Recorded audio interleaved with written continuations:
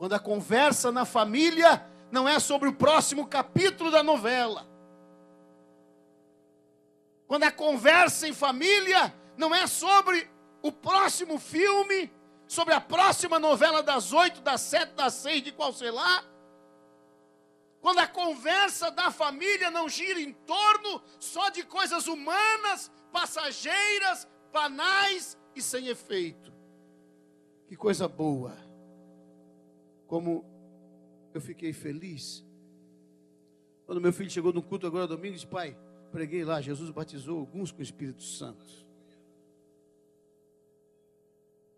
Coisa boa, irmãos. Coisa boa. Que coisa maravilhosa. Quando o filho chega em casa, igual chegou em casa, disse: pai, hoje eu estive lá na reunião com meu patrão e perguntaram alguma coisa para mim, eu falei de Jesus para eles. Tinha uma porção de médico e eu disse: eu sirvo a Jesus, creio em Jesus e Jesus é o meu Senhor. Eu glorifiquei a Deus na minha mesa enquanto nós estávamos almoçando. Como é coisa boa, irmãos, quando nós temos assuntos espirituais para conversar dentro da nossa casa, meus queridos. Aleluia. Pastor, mas eu não sei o que eu falo, pastor. Irmão, se eu não abrir espaço espiritual na minha casa, eu nunca vou ter esse tipo de conversa para ter com meus filhos, com a minha família.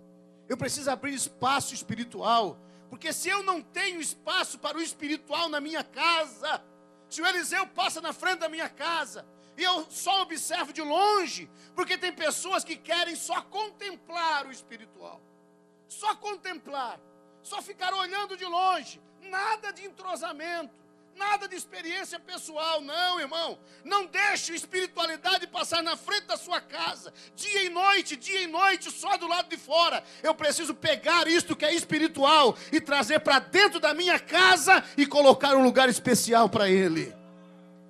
Oh, louvado seja o nome do Senhor.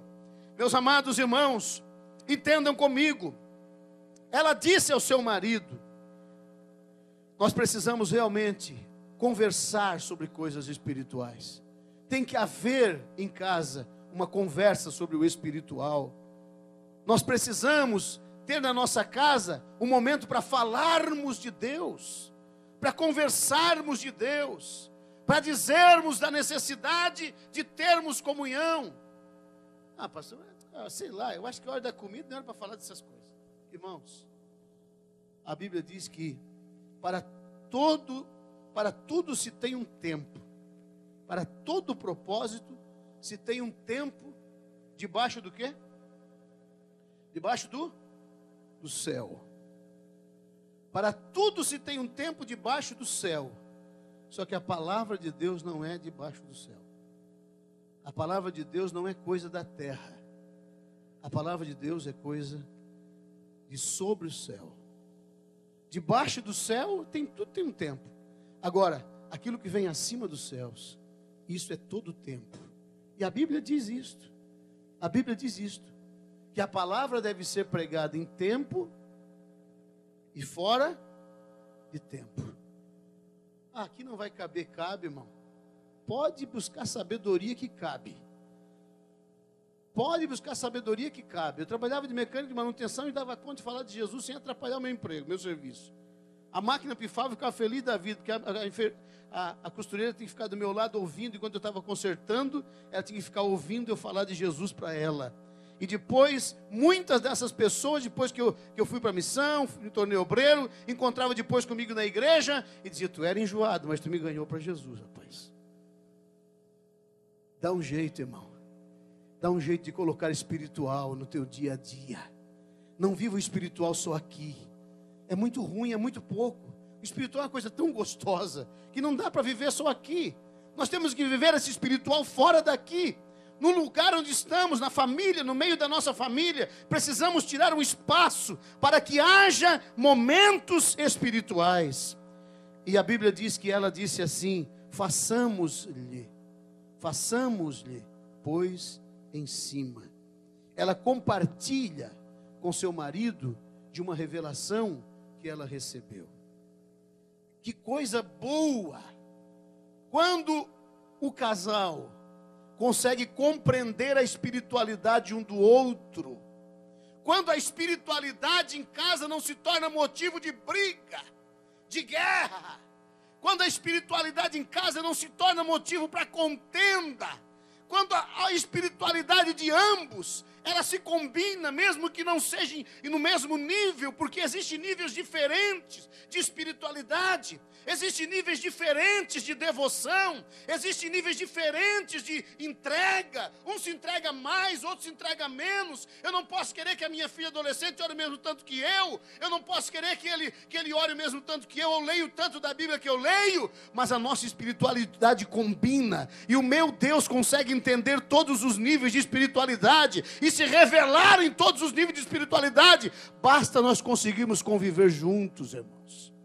Basta nós aprendermos a conviver juntos, que nunca haverá problema. Nós vamos conseguir compreender um ao outro e ajudar um ao outro. Essa mulher teve uma revelação, e esse homem entra dentro da revelação dela. Ela compartilha com ele e diz: façamos-lhe, pois em cima, uma construção.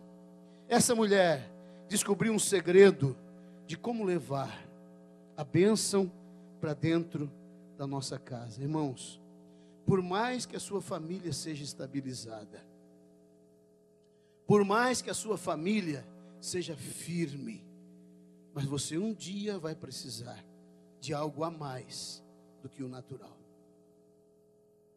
Por mais que você viva bem, por mais que você tenha estabilidade financeira, por mais que você tenha estabilidade matrimonial, por mais que você tenha controle sobre seus filhos, mas uma hora você vai precisar do que é espiritual. E é muito ruim nós corrermos atrás do prejuízo, irmãos. É muito ruim nós corrermos atrás de prejuízo. Correr atrás de prejuízo é viver em ansiedade. Correr atrás de prejuízo é viver de preocupação. Coisa boa é nós buscarmos a espiritualidade preventiva. Nós termos espiritualidade antes. Nós termos comunhão antes. Nós termos a presença antes. Quando o problema vem vindo, a espiritualidade já está implantada dentro da minha casa, no seio da minha família, e eu não tenho medo. Pode vir o que vier, eu estou na presença dEle. A minha habitação é a presença dEle. A Bíblia diz que nós devemos habitar no esconderijo do Altíssimo, e à sombra do Onipotente devemos descansar. Então é bom nós termos espiritualidade, não só mesmo nas nossas crises, mas em todo o tempo. Diz Eclesiastes: em todo o tempo, seja o quê? E nunca falte óleo sobre a tua cabeça. Em todo o tempo, sejam alvos os teus vestidos. Ou seja, não se manche com as oportunidades, não se manche com as propostas, não se manche com as circunstâncias, porque mais vale uma roupa limpa diante de Deus, vestes brancas, limpas, do que você manchar na oportunidade. Irmãos, quem escolhe o espiritual nunca vai se arrepender, meus queridos. Nunca vai se arrepender, porque é uma decisão nossa. O Esaú, ele preferiu um prato de comida. O Jacó preferiu espiritualidade. Tem uma porção de gente que dá-lhe umas lenhas no Jacó e acaba com o Jacó. Jacó é isso, Jacó é aquilo, Jacó é enganador, mas ele era bem esperto, irmão. Ele sabia escolher. Ele escolheu o espiritual. Ele disse: tu me dá a bênção e eu te dou a comida. Ok? Negociado. Me dá a bênção. Do que vale isso aí agora? Do que vale isso agora? Agora pode que não vale, mas para a vida inteira você vai ver a diferença que é a comunhão com Ele. Agora tem uma coisa que você precisa pensar, que quem escolhe o material também prospera, porque o Esaú também ficou rico. Tinha 400 homens trabalhando para ele. 400 homens. O Jacó foi abaixo de luta e tribulação, só que ele tinha a bênção de Deus sobre a vida dele. Se não fosse a bênção de Deus, o sogro dele tinha falido ele, quebrado e acabado com ele. Mas como ele tinha a bênção de Deus, ele prosperou em meio às crises, ele prosperou em meio às trapaças, ele prosperou em meio ao engano. Em nome de Jesus, se a espiritualidade está na tua casa, não adianta o que tramaram contra ti, para acabar contigo, para tirar teus bens, para tirar o que você possui, para tirar a tua bênção. A bênção de Deus vai prevalecer sobre a tua vida, no nome de Jesus, se você permanecer no espiritual. Nós precisamos permanecer com o espiritual, observando o espiritual. Observe comigo um detalhe: esta mulher era rica, mas na sua vida ela não abria mão do espiritual. Irmão, cuidado. Às vezes a pessoa vai ficando riquinho, vai ficando bobinho.